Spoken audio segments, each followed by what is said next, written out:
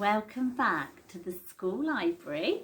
I'm in the storyteller chair and I'm going to read chapter 7 of The Lion, the Witch and the Wardrobe, and it's called A Day with the Beavers.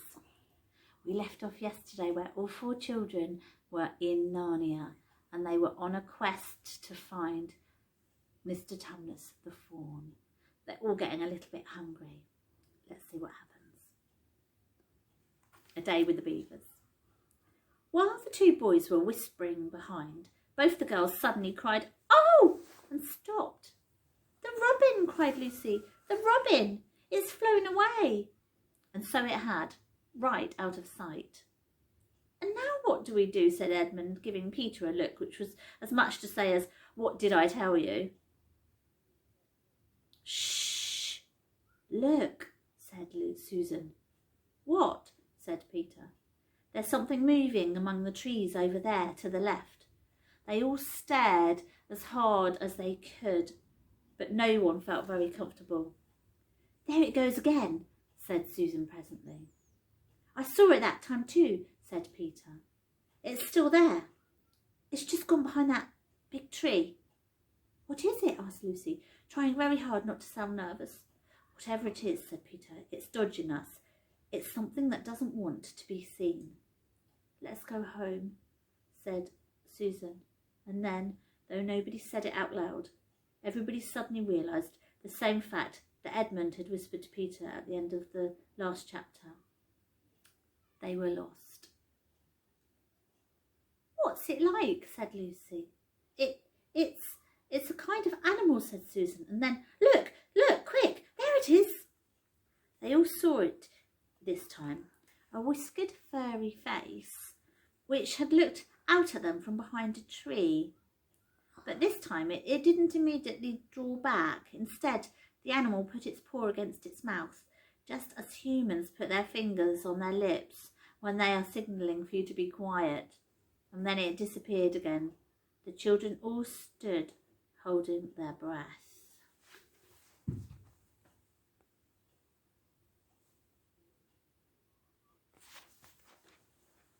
A moment later, the stranger came out from behind the tree, glanced all around as if it were afraid someone was watching, and said, "Hush," made signs to them to join in the thicker bit of the wood where it was standing, and then once more disappeared.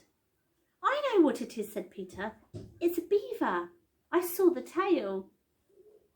"It wants us to go to it," said Susan, "and it is warning us not to make a noise." "I know," said Peter. "The question is, are we to go to it or not? What do you think, Lou?" "I think it's a nice beaver," said Lucy. "Yes, but how do we know?" said Edmund. "Shan't we have to risk it?" said Susan. "I mean, it's no good just standing here, and I feel I want some dinner. It's no good just standing here, and I feel I want some dinner."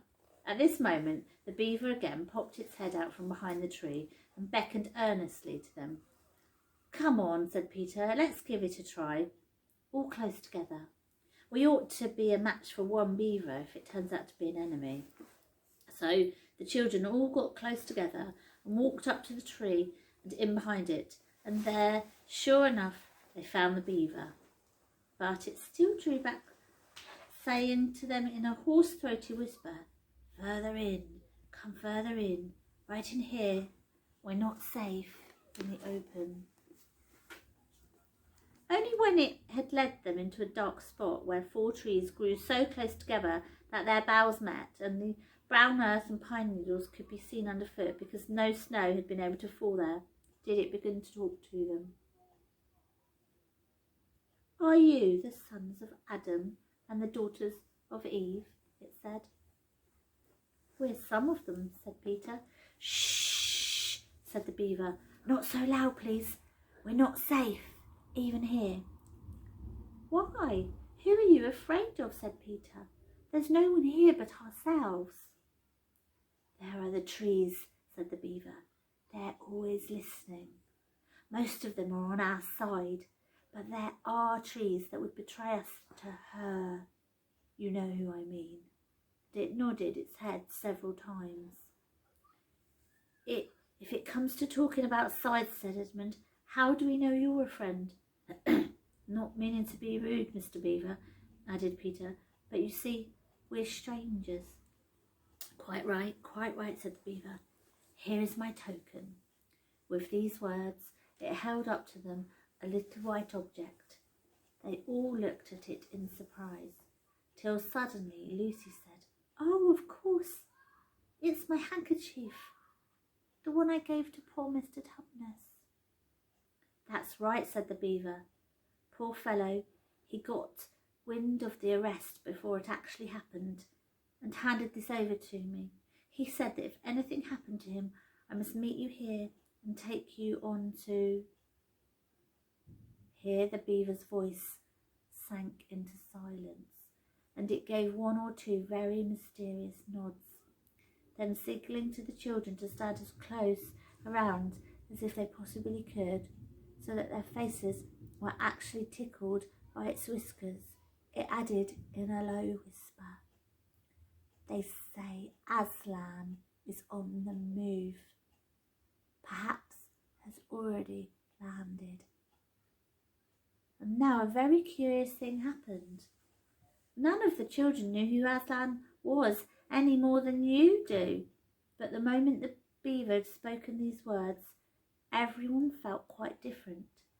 Perhaps it had sometimes happened to you in a dream that someone says something which you don't understand, but in the dream it feels as if it had some enormous meaning, either a terrifying one which turns the whole dream into a nightmare, or else a lovely meaning, too lovely to put into words, which makes the dream so beautiful that you remember it all of your life and are always wishing you could get into that dream again. It was like that now. At the name of Aslan, each one of the children felt something jump in its insides. Edmund felt a sensation of mysterious horror. Peter felt suddenly brave and adventurous. Susan felt as if some delicious smell or some delightful strain of music had just floated by her. And Lucy got the feeling you have when you wake up in the morning and realise that it's the beginning of the holidays or the beginning of summer. "And what about Mr. Tumnus?" said Lucy. "Where is he?" "Shh," said the Beaver. "Not here. I must bring you where we can have a real talk, and also dinner." No one except Edmund felt any difficulty about trusting the Beaver now, and everyone, including Edmund, was very glad to hear the word dinner. They therefore all hurried along beside their new friend, who led them at a surprisingly quick pace, and always in the thickest part of the forest. For over an hour, everyone was feeling very tired and very hungry, when suddenly the trees began to get thinner in front of them and the ground to fall steeply downhill. A minute later, they came out under the open sky. The sun was still shining, and found themselves looking down on a fine sight. They were standing on the edge of a steep, narrow valley, at the bottom of which ran, at least it would have been running if it hadn't been frozen, a fairly large river. Just below them, a dam had been built across this river, and when they saw it, everyone suddenly remembered that of course beavers are always making dams, and felt quite sure that Mr. Beaver had made this one.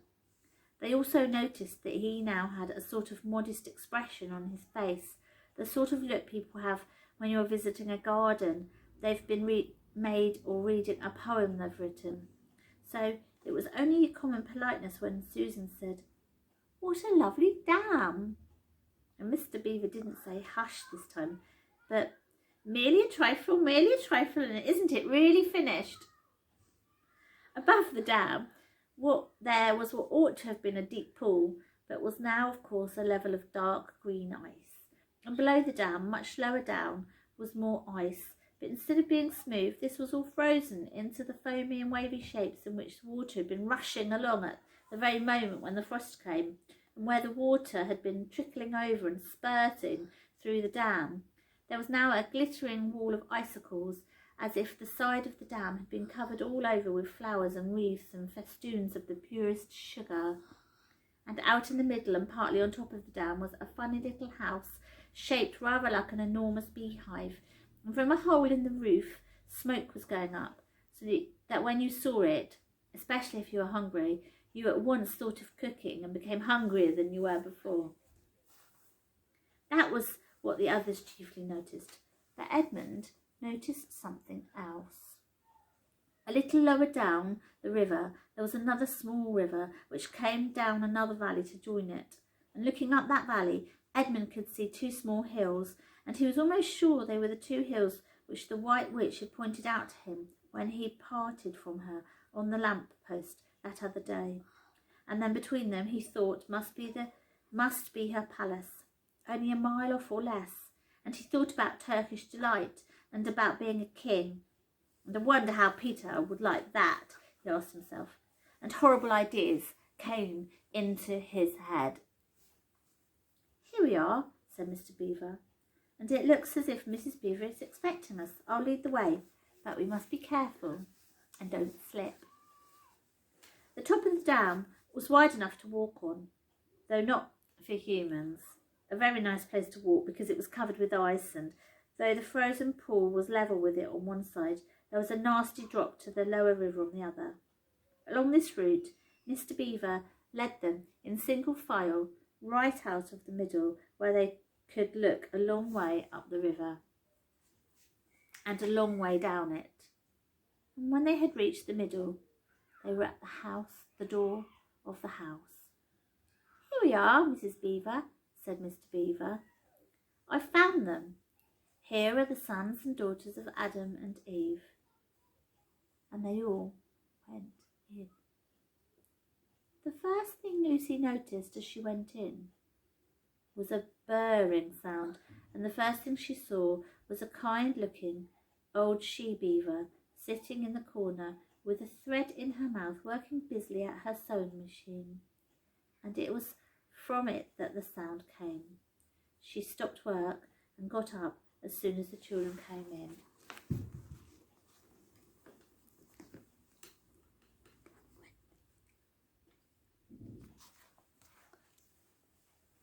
So you've come at last, she said, holding out both her wrinkled old paws. At last, to think that I should ever live to see this day. The potatoes are on boiling and the kettle's singing, and I dare say, Mr. Beaver, you'll get us some fish. That I will, said Mr. Beaver, and he went out of the house. Peter went with him, and across the ice of the deep pool to where he had a little hole in the ice, which he kept open every day with his hatchet. They took a pail with them. Mr. Beaver sat quietly at the edge of the hole. He didn't seem to mind it being so chilly. Looked hard into it, then suddenly shot in his paw. Before you could say Jack Robinson had whisked out a beautiful trout. Then he did it all over again until they had a fine catch of fish. Meanwhile, the girls were helping Mrs. Beaver to fill the kettle and lay the table and cut the bread and put the plates in the oven to heat and draw a huge jug of beer for Mr. Beaver from a barrel which stood in one corner of the house, and to put on the frying pan and get the dripping hot. Lucy thought the Beavers had a very snug little home, though it was not at all like Mr. Tumnus's cave. There was no books or pictures, and instead of beds there were bunks like on board ship, built into the wall.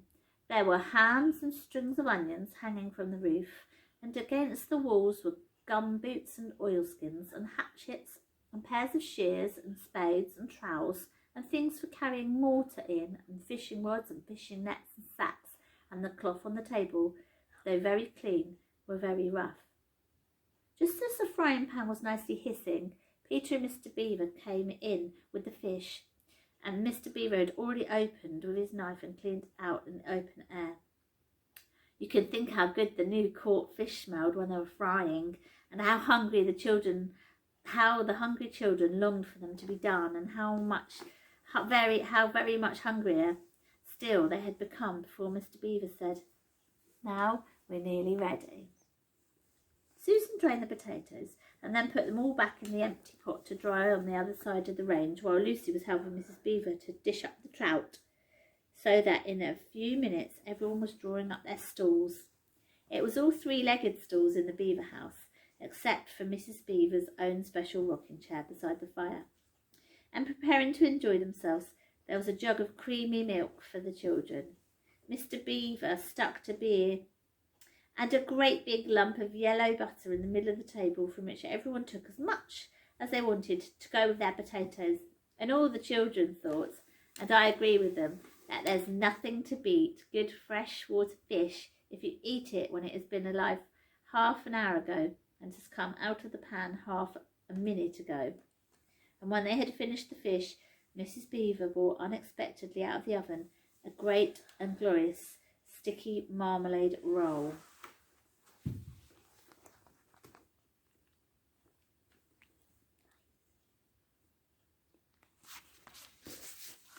Steaming hot, and at the same time moved the kettle onto the fire, so that when they had finished the marmalade roll, the tea was made and ready to be poured out.